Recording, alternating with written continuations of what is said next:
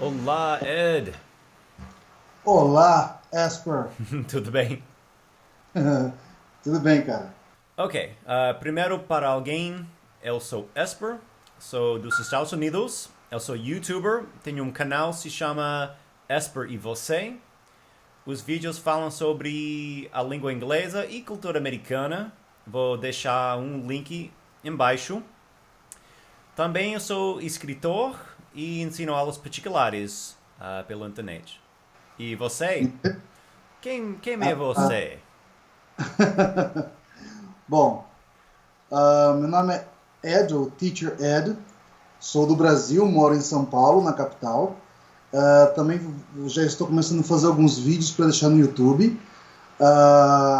O nosso canal é English School. O canal fala basicamente de como você, não apenas assim com dicas de inglês, mas também como você faz para se tornar um melhor aluno, Aham, para você ter uma capacidade melhor de estudo, aham, uma responsabilidade melhor nos resultados dos seus estudos. sim. Porque isso é uma coisa muito importante, já que muitas escolas passam só aquilo que você tem que fazer, mas você às vezes não sente exatamente o que você precisa em particular para Uhum. aprender. Isso que a gente trata no canal. Ok, como ser um bom aluno para Isso. conseguir o máximo das aulas. Exato. Explorando suas próprias capacidades, suas próprias habilidades. Legal. Coisas que são muito pessoais, muito peculiares. Não Aham. precisa ser uma coisa que eu gosto, não precisa ser uma coisa que outro professor gosta, mas uma coisa que você gosta. Isso a gente vai falar bastante no nosso canal. Yeah. E o nome do canal é English. Eu achei English Ed, mas é English. English. Ah, tipo English Ed. Isso. Fica. English Ed. Ah, English. Isso aí. English Ed do Ed. Muito, Isso. muito legal. Okay, so you asked me a question, or Yeah. you had a question for me. Yeah. Well, as everybody could see, Esper is a guy who speaks Portuguese quite well. But I would like to know from you, Esper, what is the hardest part, or what was the hardest part for you to learn Portuguese? Probably understanding what people are saying, because at first I could write and read it pretty well, Uh, and I could speak it, I think, okay, not bad. But when mm-hmm. I hear someone talking, that was hard. That was very hard. It was hard to connect the sounds from the Yes, yes. word to the beginning of the other. I learned Spanish first, so I was already good with Spanish. But Portuguese, I think, is more complex than Spanish. Mm. For example, in Spanish, you can say en la escuela, In la escuela. and that makes sense in English. In the school, in la escuela. It Yeah, makes sense. But in Portuguese, you say like na escola. na escola. So the pronunciation's much different, or a lot. Yeah, it's very different. And the words like contract together. You don't say em a escola. You say na escola. But then people Uh-huh. say it so fast, it's almost like one word. It's like na Yeah. escola, like na escola. There is something I believe it should be kind of weird for you guys in the first time you see something in Portuguese. Like in English, you say my name is tarará, his name is blah blah, her name is Yeah. blah blah. But in Portuguese, we just follow the same structure for me. So meu nome é tarará. The rest we change a lot, you know. O nome dele é e o nome dela é. The structure is completely different. Yeah. How do you feel about that, or how did you feel when you first heard about that? It feels like an older type of grammar because a lot of times this grammar does exist in English, but it's an older type of English. Oh, nice. So you can find so many examples of this. For example, até que horas você vai trabalhar? Yeah, Mm-hmm. you're asking somebody when they're going to finish their work. So nowadays, most people would say, how late are you working till? How late are you working till? But in an older or more formal type of English, it would be, until what time are you working? Ah, Which nice. is very similar. Ate que horas? Until what time? Or until what hour are you working? Uhum. That's completely correct to say, but it sounds from like a long time ago. Yeah. It doesn't sound like anyone from any recent decade. But is it like old or too formal? Well, it's both. It's an older and it's also more formal. I see. Yeah, it's both. Tell, tell me something else, Esper. What about the articles in Portuguese? Yeah. A, o. Is that confusing? Ah and oh. At the Na, beginning, do, da, do. yes, at the beginning it was confusing for me, especially ah and oh. Like I don't know who thought this was a good idea. It's like a casa, but you can also say ah when you're referring to like a feminine object or like her. Yeah. Yeah. Or you can also ah is also like to, like eu vou à praia. Uhum. Você faz feliz a minha vida. It's and then you but when you're learning Portuguese and you hear all these like ow ow ow sounds all over the place, it gets Yeah. very confusing. But it's Yeah. okay because I just kept talking to Brazilian friends. I didn't worry about, oh, I have to learn this grammar. I have to learn these rules so perfectly and like forcing myself. I just try to enjoy talking with friends, talking about things I liked, asking questions, just a normal, natural way. And over time, I learned just a pouquinho todos os dias. Yeah. Tem uma coisa que os brasileiros têm muita dificuldade para aprender inglês, que é a questão do ter. Porque existem significados diferentes para o verbo ter. Eu posso falar que em São Paulo tem uma avenida bonita. Like existe. Isso. Yeah. Então em inglês isso seria o there is, there are. Yeah. E eu posso falar que meu pai tem um carro. Uh-huh. Quando a opção em São Paulo tem e meu pai tem, parece a mesma coisa, mas não é. Porque em São Paulo tem, ou vamos supor assim, fazer uma frase mais próxima. Se eu falo que na minha casa tem um carro, ou que o meu pai tem um carro, eu estou dizendo que na minha casa existe um carro. Então é there is. Yeah. E se eu falar que meu pai tem o carro, eu estou falando a ideia de posse. Sim. Então é have, no caso conjugado para ele, seria has. Sim. E muitos alunos, eu vejo que isso é uma dificuldade muito geral, assim, sabe? A expressão sai sempre em São Paulo, have a beautiful avenue. Yeah. Muito comum falar desse jeito. Quantas vezes tipo... eu ouvi isso? Ok, como se diz isso em inglês? Tinham bastante pessoas na festa. Had many people. Oh, Ed, no! Não, é claro que assim, você falar do tinha, a ideia de existir no passado, você vai falar there were many people Yeah. in the park. Mas as pessoas vão pensar sempre a ter é had. Had no ter é have, desculpa.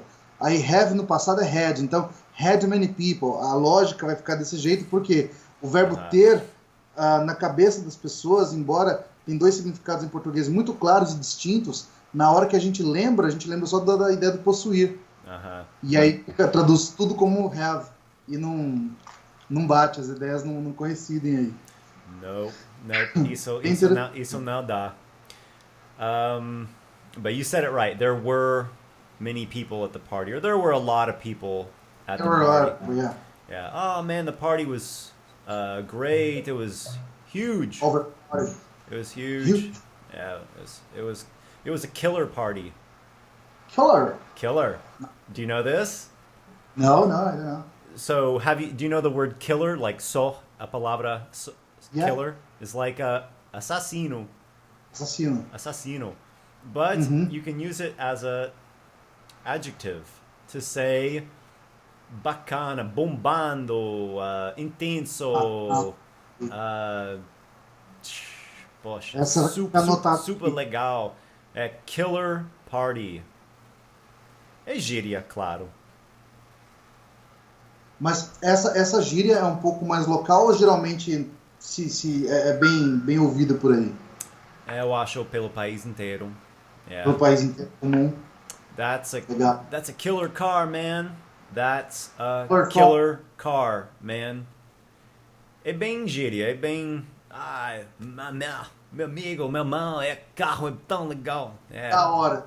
da hora, yeah, é da hora. Ah, Yeah, aí pode colocar essa é uma boa expressão para da hora, aquilo é da hora, killer. yeah, could Killer be. game, killer computer. Yes, you would say it for something that's like very tem uma certa intensidade. Porque é killer. Mata alguém porque é tão legal. De tão legal que mata alguém, né? Yeah, eu provavelmente não diria My grandma's soup was killer. Não sei. Provavelmente não. É, É, porque de repente tava ruim, né? é um pouco demais. Não. Okay, so here's a question for you. What? Oh, Shoot. eu vou te fazer a mesma pergunta, porque essa pergunta é bem legal. What was the hardest thing for you learning English? Man. Tinha uma coisa que sempre me fazia. Eu demorei, acho que sem exagerar, eu demorei anos para entender isso em inglês. Eu sempre ouvia linda. As pessoas falavam alguma coisa em inglês e linda no meio. E eu aprendendo inglês, e nunca entendi esse diacho de ser linda. O que é isso, né? E não saía assim da cabeça, caramba, de novo o cara falou linda e eu não sei o que é isso, né? Aí um dia saiu uma música, e eu tinha a letra da música. E aí que eu entendi o que era esse tal de linda que eu ouvia, que não era linda coisa nenhuma. É quando falava assim, por exemplo, the people in the city.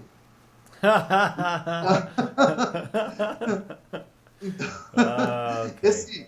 Só que acontecia, eu não falava people com L no final, eu falava com o sotaque brasileiro que a gente tem muito forte, a gente fala people. Então, quando eu falava essa frase, saía people in the city. Saía people in the city. Yes. E esse people in the city é o que eu entendia como linda. People in the People city. in the city. Então, quando falava junto, eu entendia esse linda e eu nunca vi esse linda escrito em lugar nenhum. Aí depois que eu corrigi, aí depois que eu entendi que era uma questão da minha pronúncia, Yeah. que eu não falava o people, e aí que não saía a emenda do L do final de people com in, e depois the city. Então, me parecia muito esquisito isso daí, eu demorei alguns anos para entender, porque depois de alguns anos que eu fui corrigir essa parte da pronúncia. Engraçado. É curioso porque a gente às vezes se embanana, se perde ali em algumas coisas muito simples, né? Por causa de um detalhezinho, de uma palavrinha. Agora, uma coisa que acontece com muita gente aqui, Esper, é que é o seguinte, muita gente que já passou dos 30 anos, assim que nem eu, por exemplo, gostava muito de música dos anos 80. Yeah. Só que essas pessoas, muitas vezes, ouvem de novo as músicas dos anos 80 e dessa vez elas sabem o que está dizendo porque aprenderam um pouco de inglês. E essas não, músicas às mais vezes, clássicas são bem legais. são bem legais. A música mas, mesma e não questão de aprender inglês. Sim, agora o que acontece com algumas músicas, claro, não são todas, mas algumas músicas dizem coisa que a pessoa não sente. Diz coisa que a pessoa não acredita bem daquele jeito, diz coisa que não é bem aquilo que a pessoa gostaria de dizer para o outro. Às vezes a pessoa ouviu uma música que achava que era romântica. E não é romântica coisa nenhuma. Vou te dar um exemplo. Uma música que é muito conhecida aqui no Brasil, que a galera adora. E assim, eu já vi gente falando, puxa, quando eu ouço essa música eu lembro do meu amor, eu lembro daquela pessoa que eu amo. É aquela do Pearl Jam, Last Kiss. Last Kiss? Last Kiss. Oh, okay. Porque, porque a pessoa ouve o ritmo Uh-huh. e gosta e pensa que é uma coisa bacana e sem entender o que a música está falando, porque aquela música é muito triste. Ela fala de um acidente, é Sim, forte a letra da o música. último beijo antes E, do falecimento. exatamente. Yeah, Então, é um tipo de música que as pessoas se decepcionam, não porque a música é feia, mas pelo impacto do que a música passa, sim. já que ela tem um ritmozinho assim tão Espero legalzinho que de ninguém usasse num casamento essa música. Então, mas eu vou te contar uma coisa que eu já fiquei sabendo aqui. Em alguns lugares, tem um lugarzinho do interior aqui do Brasil, um countryside, Uhum. que o pessoal fazia uma quermesse na igreja. Uma o quê? Na igreja? Uma quermesse, Quermesse. que é uma festa, é a festa da igreja, é como se fosse uma festa junina, Ok. que aqui a gente faz uma coisa meio caipira, Sim. né? E algumas igrejas católicas fazem isso com alguma frequência, né? Bem comum. E alguns anos atrás, quando o inglês não era uma coisa tão acessível, eu lembro de um caso de uma igreja que tocou It's Raining Man. It's Raining Men. Adivinha por quê? Yeah. Porque a música fala aleluia. Yeah. Que era a única parte. Aleluia, it's raining men. A única parte da Aleluia, música que eles tá entendiam, chovendo homens. a única parte que eles entendiam da música era aleluia. Então eles colocaram a música pensando que a música falava de alguma coisa religiosa. E não é bem isso. Trouxe um escândalo na igreja, sem querer. Então o pessoal foi na confiança. Tá falando aleluia, tá falando de igreja. E aí vamos colocar isso daí que serve. Provavelmente eles usaram também o Faith do George Michael. It's like, gotta have faith, faith, faith. I gotta have faith. O faith é fé. Mas essa canção fala de ele estar com fé que ele vai conseguir transar com alguém. Eu não duvido que tenha sido usado em algum momento aí, mas algumas gafes assim com relação a músicas foram muito comuns aqui no Brasil, isso eu vi bastante, porque as pessoas ouviam a baladinha da música e gostava muito daquela música e colocava às vezes no casamento. Que nem, por exemplo, uma música que eu já vi colocando em casamento, quando eu era pequeno, eu também não questionava porque eu não sabia inglês, mas depois que eu cresci eu falei, nossa, olha aquela música que a pessoa colocou no casamento, né? A pessoa colocou Love Hurts, do Nazareth. Love hurts. Essa mesmo. Eu acho a música feia, eu acho a música bonita, ela é tocante, mas ela não é para um casamento. Ela não é. Se você gosta da pessoa, você não manda essa música para a pessoa. É música para um término. É um término, exato. Então, esse tipo de coisa foi descoberto por algumas pessoas que já estão um pouco mais familiarizadas com o idioma, ou que hoje foi procurar as músicas lá, a tradução, e descobriram, mas para muitas pessoas, nesses casos, foi decepcionante, porque a pessoa tinha certeza de que aquela música era linda, que aquela música falava de amor, e às vezes até fala, mas fala, acabou o amor. Às vezes fala de coisas diferentes, não fala de quero você pro resto da minha vida. A pessoa fala, olha, me esquece, vai embora, segue teu caminho. O amor dói, o amor machuca. Isso, é isso que a música fala, e uma galerona, teve gente que colocou isso em casamento. Sim. Né? Ou a pessoa entendia muito de casamento, não entendia nada de inglês, né? Ed, thank you so much for talking with me today. Man, thank you very much for your availability. Yeah, it was a lot of fun. Nice to talk to you. Yes, yeah, same for you. It was a lot of fun, and I hope we can talk again sometime about English, about culture, all these interesting topics. That'll be fun again. All right. So thanks a lot, and I look forward to seeing you next time. See ya.